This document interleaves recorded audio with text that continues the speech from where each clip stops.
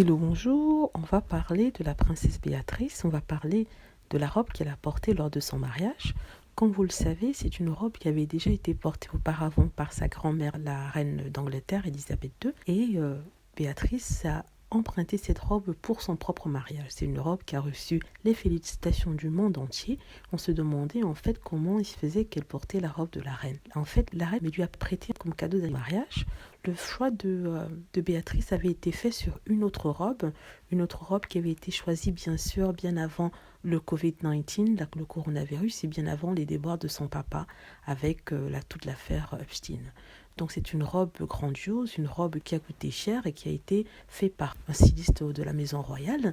Et c'est une robe de princesse, mais comme le lieu et l'endroit n'étaient pas aussi fastueux que ceux utilisés pour les mariages royaux, ils ont décidé de prendre une robe aussi simple que l'endroit de l'événement.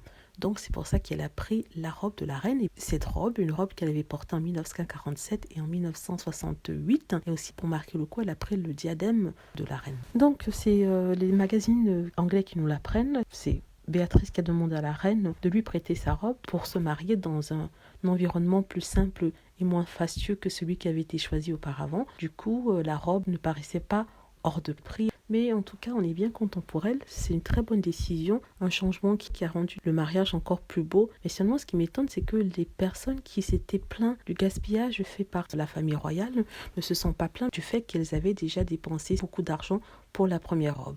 Je me demande si ces gens auraient été aussi indulgents si ça avait été Meghan Markle qui avait choisi une robe pour ensuite changer d'avis pour une autre plus simple. Alors là, je suis sûre qu'on en aura entendu encore jusqu'à aujourd'hui. Comme quoi, il y a des personnes pour lesquelles on passe toute bêtise ou toute erreur et que pour d'autres, on les accable. Et c'est le cas de Meghan. Bon, je voulais pas venir casser l'ambiance avec l'histoire de Meghan, mais seulement j'étais très surprise par la réaction que ceux-là ont eu quant au changement de robe, l'explication de changement de robe avec Béatrice. Ils ont félicité Béatrice, ils ont trouvé que c'est une très bonne idée de changer de robe et ne pas utiliser la première robe sans pour autant condamner le fait que l'argent était gaspillé pour cette robe-là. Bon, j'espère que je me suis un peu mieux expliqué ici.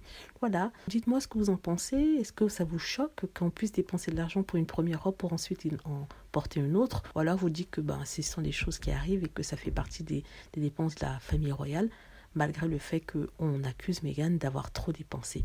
Donc, j'espère que vous avez aimé la vidéo. N'hésitez pas à cliquer sur like si c'est le cas, à vous abonner pour plus de vidéos et aussi à cliquer sur la petite cloche afin d'être averti lorsque je poste une nouvelle vidéo. Merci.